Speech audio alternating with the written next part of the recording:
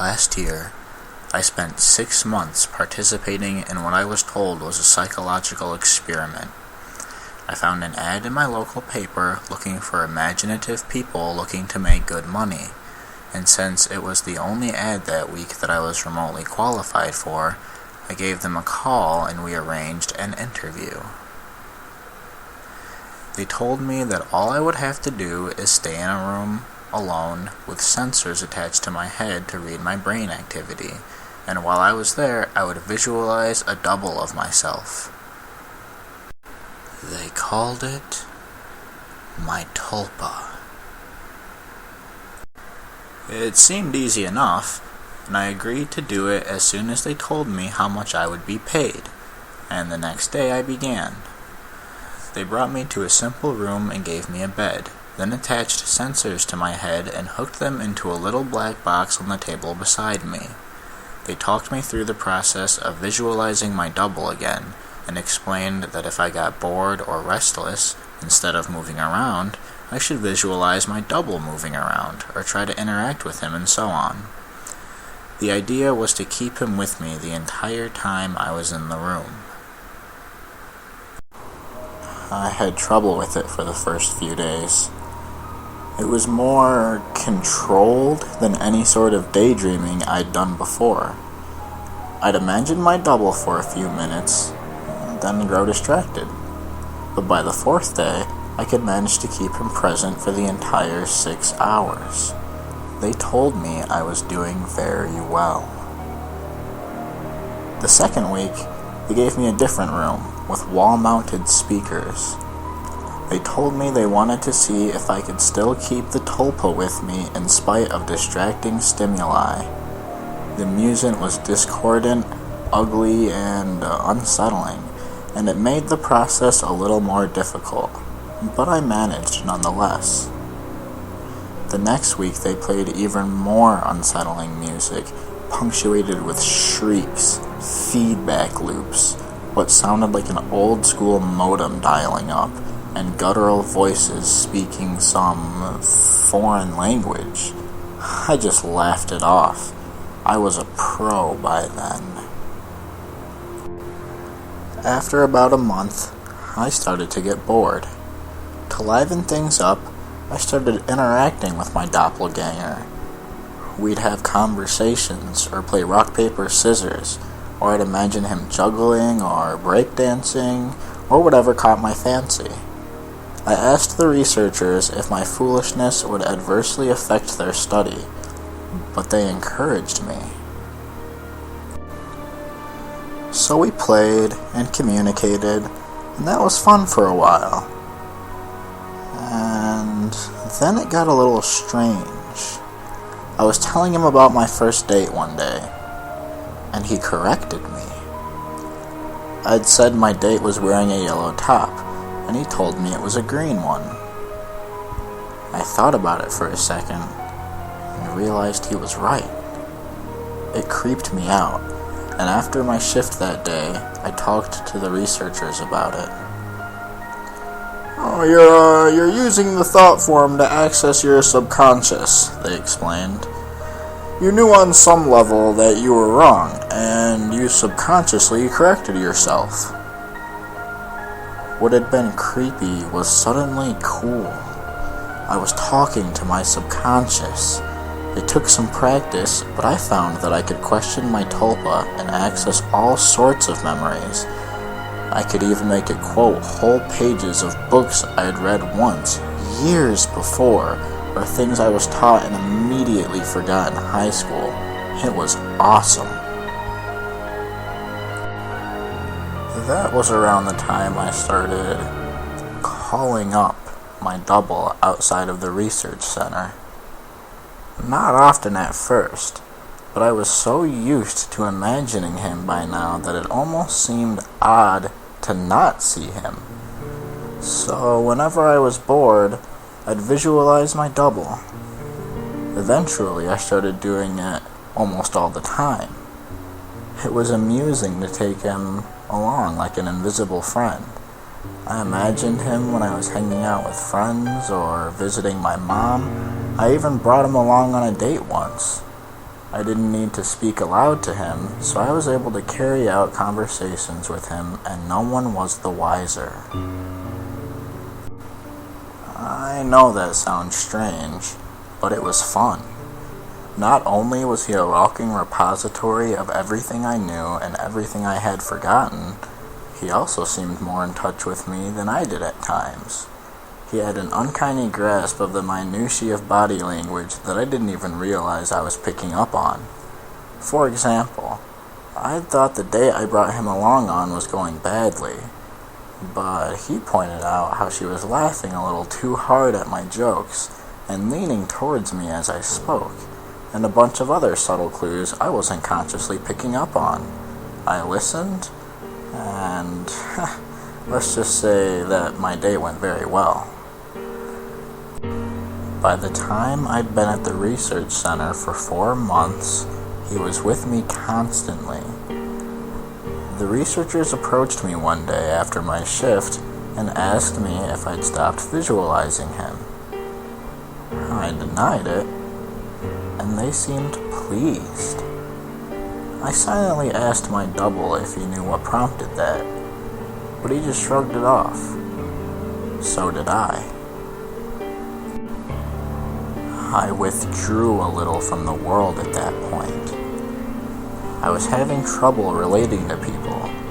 It seemed to me that they were so confused and unsure of themselves, while I had a manifestation of myself to confer with. It made socializing awkward. Nobody else seemed aware of the reasons behind their actions, why some things made them mad and others made them laugh. They didn't know what moved them, but I did. Or at least, I could ask myself and get an answer. A friend confronted me one evening. He pounded at the door until I answered it, and came in fuming and swearing up a storm. "You haven't answered when I called you in fucking weeks, you dick," he yelled. "What's your fucking problem?" I was about to apologize to him, and probably would have offered to hit the bars with him that night. But my Tulpa grew suddenly furious. "Hit him," it said, and before I knew what I was doing, I had. I heard his nose break. He fell to the floor and came up swinging, and we beat each other up and down my apartment. I was more furious than I had ever been, and I was not merciful. I knocked him to the ground and gave him 2 savage kicks to the ribs, and that was when he fled, hunched over and sobbing. The police were by a few minutes later, but I told them that he had been the instigator, and since he wasn't around to refute me, they let me off with a warning. My Tulpa was grinning the entire time. We spent the night crowing about my victory and sneering over how badly I'd beaten my friend. It wasn't until the next morning, when I was checking out my black eye and cut lip in the mirror, that I remembered what had set me off. My double was the one who'd grown furious, not me. I'd been feeling guilty and a little ashamed, but he'd goaded me into a vicious fight with a concerned friend. He was present, of course, and knew my thoughts. "You don't need him anymore. You don't need anyone else," he told me, and I felt my skin crawl. I explained all this to the researchers who employed me, but they just laughed it off. "You can't be scared of something that you're imagining," one told me. My double stood beside him and nodded his head, then smirked at me. I tried to take their words to heart, but over the next few days, I found myself growing more and more anxious around my Tulpa, and it seemed that he was changing. He looked taller and more menacing. His eyes twinkled with mischief, and I saw malice in his constant smile. No job was worth losing my mind over, I decided. If he was out of control, I'd just put him down. I was so used to him at that point that visualizing him was an automatic process, so I started trying my damnedest not to visualize him. It took a few days, but it started to work somewhat. I could get rid of him for hours at a time, but every time he came back, he seemed worse.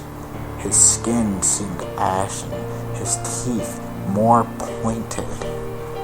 He hissed and gibbered and threatened and swore.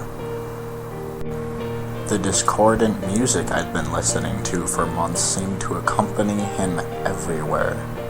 Even when I was at home, I'd relax and slip up, no longer concentrating on not seeing him, and there he'd be, and that howling noise with him. I was still visiting the research center and spending my 6 hours there. I needed the money, and I thought they weren't aware that I was now actively not visualizing my Tulpa. I was wrong. After my shift one day, about 5.5 months in, 2 impressive men grabbed and restrained me, and someone in a lab coat jabbed a hypodermic needle into my body. I woke up from my stupor back in the room, strapped into the bed, music blaring, with my doppelganger standing over me, cackling. He hardly looked human anymore. His features were twisted. His eyes were sunken in their sockets and filmed over like a corpse's. He was much taller than me, but hunched over. His hands were twisted, and the fingernails were like talons. He was, in short, fucking terrifying. I tried to will him away, but I just couldn't seem to concentrate. He giggled and tapped the IV in my arm. I thrashed in my restraints as best I could, but could hardly move at all. They're pumping you full of the good shit, I think. How's the mind? All fuzzy? He leaned closer and closer as he spoke. I gagged. His breath smelled like spoiled meat. I tried to focus, but couldn't banish him. The next few weeks were terrible. Every so often, someone in a doctor's coat would come in and inject me with something, or force-feed me a pill. They kept me dizzy and unfocused, and sometimes left me hallucinating or delusional. My thought form was still present, constantly mocking. He interacted with, or perhaps caused, my delusions. I hallucinated that my mother was there, scolding me, and then he cut her throat and her blood showered me. It was so real I could taste it. The doctors never spoke to me. I begged at times, screamed, hurled incentives, demanded answers. They never spoke to me. They may have talked to my Tulpa, my personal monster. I'm not sure. I was so doped and confused that it may have just been my more delusion. But I remember them talking with him. I grew convinced that he was the real one, and I was the thought form. He encouraged that line of thought at times, and mocked me at others. Another thing that I pray was a delusion. He could touch me. More than that, He could hurt me. He'd poke and prod at me if he felt I wasn't paying enough attention to him. Once he grabbed my testicles and squeezed them until I told him that I loved him. Another time, he slashed my forearms with one of his talons. I still have a scar. Most days I can convince myself that I injured myself and just hallucinated that he was responsible. Most days. Then, one day, while he was telling me a story about how he was going to gut everyone I loved, starting with my sister, he paused. A querulous look crossed his face and reached out and touched my head, like my mother used to when I was feverish. He stayed still for a long moment and then smiled. All thoughts are creative, he told me. Then he walked out the door. 3 hours later, I was given an injection and passed out. I awoke unrestrained. Shaking, I made my way to the door and found it unlocked. I walked out into the empty hallway and then ran. I stumbled more than once, but I made it down the stairs and out into the lot behind the building. There, I collapsed, weeping like a child. I knew I had to keep moving, but I couldn't manage it. I got home eventually. I don't remember how. I locked the door and shoved a dresser against it, took a long shower, and slept for a day and a half. Nobody came for me in the night, and nobody came the next day, or the one after that. It was over. I'd spent a week locked in that room, but it had felt like a century. I'd withdrawn so much from my life beforehand that nobody had even known I was missing. The police didn't find anything. The research center was empty when they searched it. The paper trail fell apart. The names I'd given them were aliases. Even the money I'd received was apparently untraceable. I recovered as much as one can.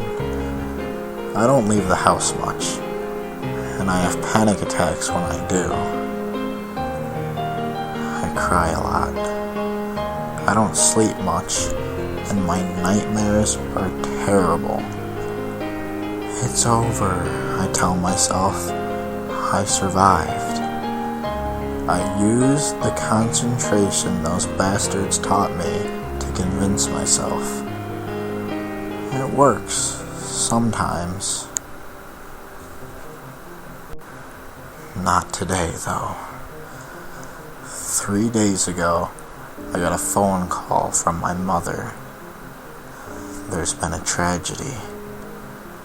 My sister's the latest victim in a spree of killings, the police say.